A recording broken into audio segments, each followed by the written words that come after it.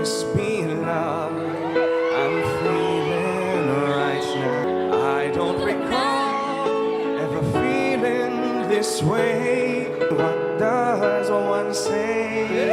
Oh, whenever you're near is the first time I'm gonna say I love you. First time I ever felt so helplessly inside. Bimbi at Riza nagpakilig na naman sa mga Dabarkads.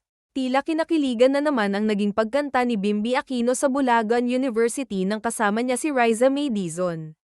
Hindi rin mapigilan na kiligin si Riza May habang kumakanta si Bimbi Aquino ng isang request song galing sa audience.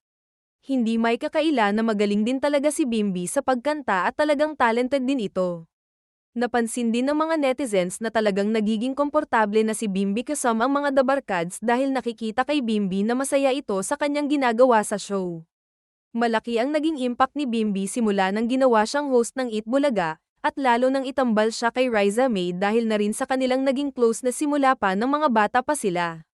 Ayon sa mga netizen, sobrang nagbibigay ng tuwa at saya si Bimbi sa kanila lalo sa kanilang tambalan ni Riza May Dizon, dahil pareho silang pinalaki na magalang at mapagmahal sa mga magulang, kaya nasasabi rin ng karamihan na talagang perfect match sila kung magkakaroon ng pagkakataon.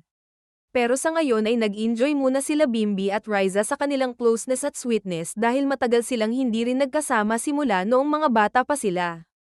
Kaya marami ang natutuwa na sa wakas ay nagkaroon ng reunion si Riza at Bimbi at sa Eat Bulaga pa ito nangyari.